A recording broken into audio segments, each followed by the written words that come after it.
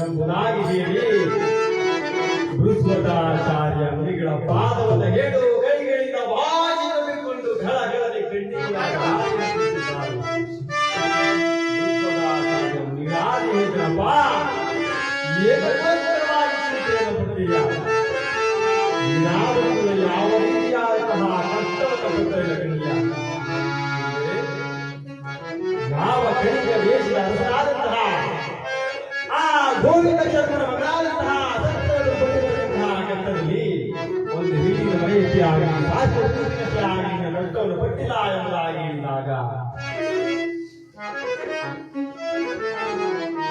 ನಾವು ಪಾಂಡವರಾದ ಗುರುದೇವ ಹಾಗಿದ್ದಂತಹ ಪಕ್ಷದಲ್ಲಿ ಯಾವ ರಾಜನಾದಂತಹ ಸತ್ಯದ ಮಹಾರಾಜನಾದ ಯಾವ ರೀತಿಯಾಗಿ ಕಷ್ಟವನ್ನು ಪಟ್ಟಿದ್ದಾನೆ ಏಕವಸ್ತ್ರವಾಗಿ ಕಷ್ಟವನ್ನು ಪಟ್ಟಿದ್ದಾನೆ ಇಲ್ಲಿ ಆ ಉಷಾರವನ್ನು ಸಾಕೋ ಭಾಗವಾಗಿ ತಿಳಿಸಿ ಎಂಬುದಾಗಿ ಹೇಳಿದಾಗ ಅಂದಿನ ದಿವಸ ಯಾವ ಪಾಂಡವರಿಗಾದರೂ ಕೂಡ ಬೃಹಸ್ಪತಾಚಾರ್ಯ ಮುನಿಗಳು ಸ್ನಾನ ಉದ್ಯಾನಗಳನ್ನು ಮಾಡಿಸಿ ಅಂದಿನ ದಿವಸ ಆದ ವೃಕ್ಷದ ಕೆಳಗೆ ಕೂತ್ಕೊಂಡು ಆ ರಾಜ ಸತ್ಯವಂತಕ ತಾಂತ್ರಿಕವನ್ನು ಹೇಳ್ತಾ ಇದ್ದಾರೆ. ಇಂದಿನ ದಿವಸ ಇವರ ಸದ್ಗೃಹದಲ್ಲಿ ಆ ರಾಜ ಸತ್ಯವಂತಕ ತಾಂತ್ರಿಕವನ್ನು ಹೇಳುತ್ತಾ ನಾವೆಲ್ಲರೂ ಸೇರಿ ಆ ಭಗವಂತ ಭಾರ್ಗವ ಶಂಕರದೇವರು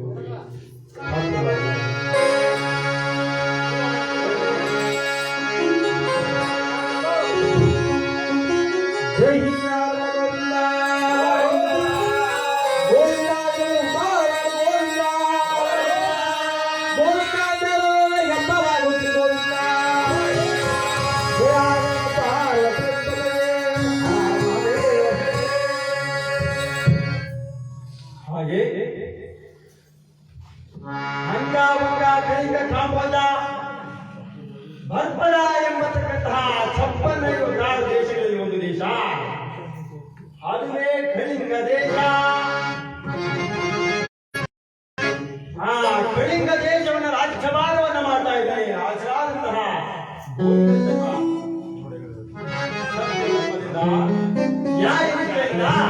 ರಾಜ್ಯಭಾರವನ್ನು ಮಾಡ್ತಾ ಇದ್ದಾರೆ.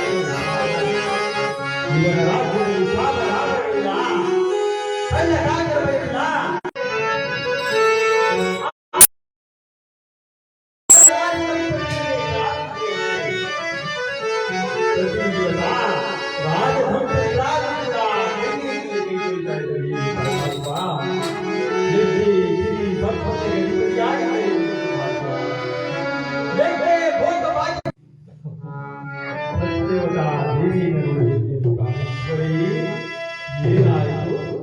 ಏನಾಯಿತು ಎಂದಿಗೂ ಭಾಗಂತಹ ಈ ನಿಮ್ಮ ಉಪಗಮನವಾದ ಇದು ಬಾಗಿಲಿಲ್ಲ ಕಾಲದಲ್ಲಿ ಸಾಕಿ ಸತ್ಯದ ದೇವಿಯಾದ ನಾನೇನ ಬೀಳದಿರವನ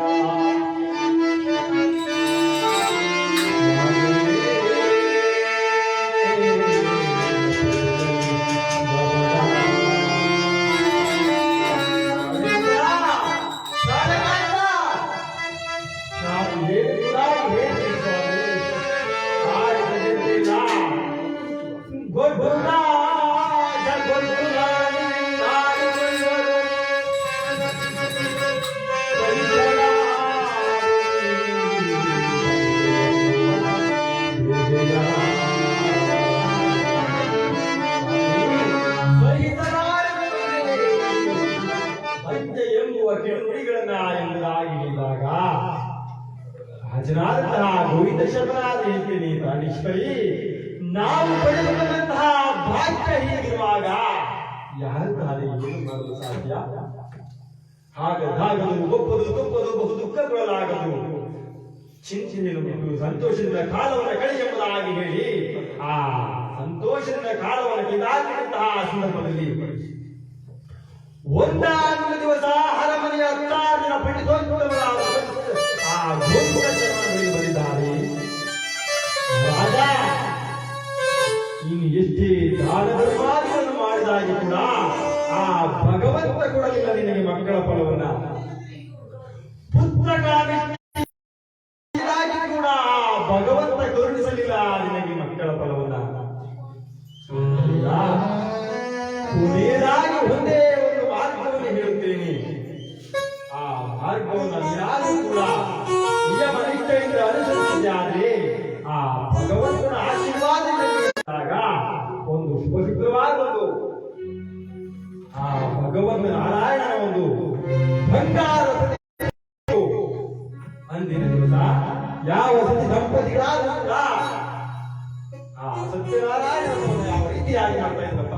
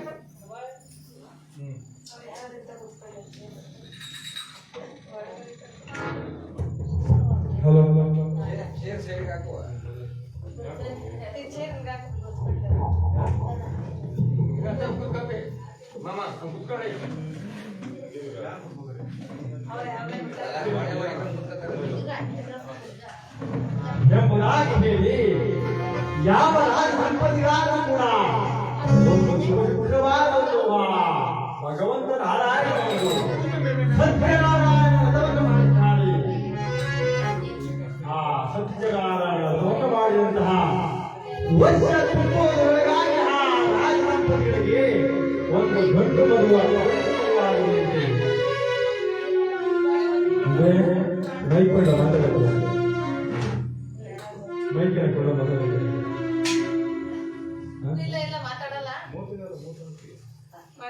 ವರ್ಷ ತುಂಬುವುದರೊಳಗಾಗಿ ಆ ರಾಜದಂಪತಿಗಳಿಗೆ ಗಂಡು ಮಗು ಆಗುವಂತೆ ಗಂಡು ಮಗುವಿಗೆ ಹಿಂದಿನ ಮಹಾನಾಯಕ ರಾಜನಾದಂತಹ ರಾಜ ಮಗುವಾದ ಜನವಾದಂತಹ ಜನ್ಮರಾಶಿಗಳ ದಿನವಾಗಿ 16 ಜನ ಪಂಡಿತೋತ್ತಮರನ್ನ ಕರೆಸಿ,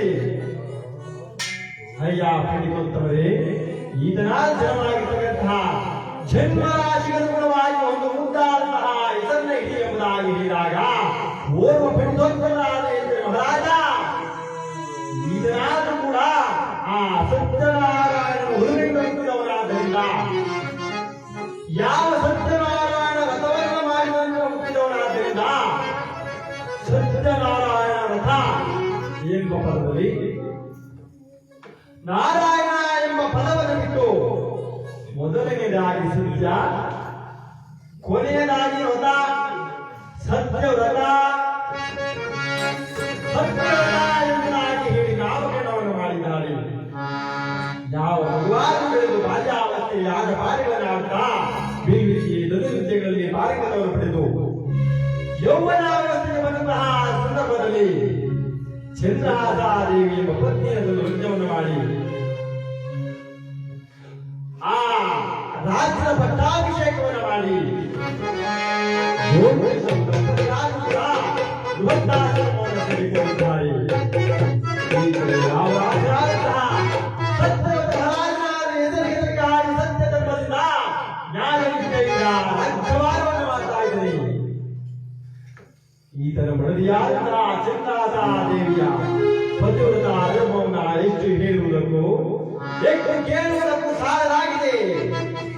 ಈ ಇರುವಂತಹ ಸಂದರ್ಭದಲ್ಲಿ ಯಾವ